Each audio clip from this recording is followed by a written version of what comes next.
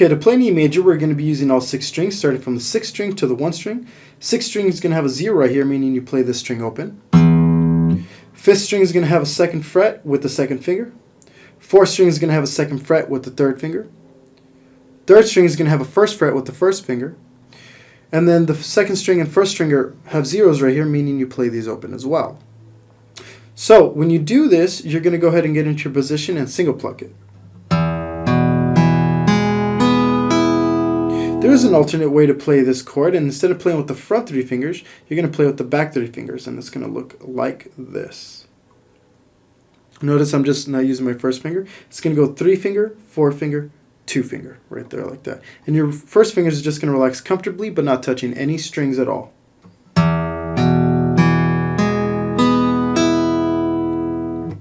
Okay, I'm going to go and switch back to the front 3 fingers.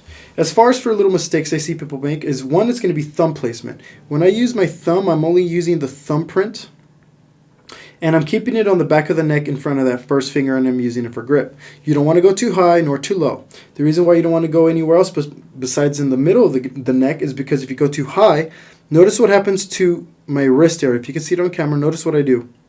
It comes up higher as well, meaning I have a higher chance of accidentally muting that 1st string when playing. So I like to keep it right on the back of the neck of the guitar, and by doing that you give your palm a gap where you won't touch that 1st string, and it also lets you curl these other fingers into the strings better.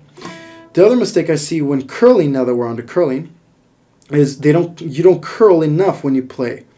Notice I got these little lines on my fingers. They're mainly straight, and that's how you want to curl into them. You use the tips of the fingers and you curl into the strings. Now, if you don't curl enough, it's going to kind of drop like that. Notice my wrist and everything kind of shifted. When it shifts like that, you're going to get a mute, more than likely on that 2nd string, and maybe even on that 1st string. If you're really bad about it, you'll get that mute. So make sure you curl those fingers into those strings and don't touch anything else besides the strings you're playing. Okay, and what else would we be needing on this one?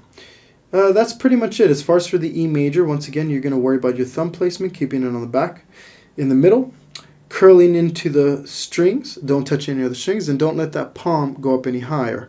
Okay, you want to keep a little bit of a gap on that palm. And once again, like I've always said, don't dig that elbow into the rib cage when you play, or drop your wrist too forward. You want to keep your wrist pulled back some, and same thing with your elbow, and try to keep your elbow straight. And that should help you playing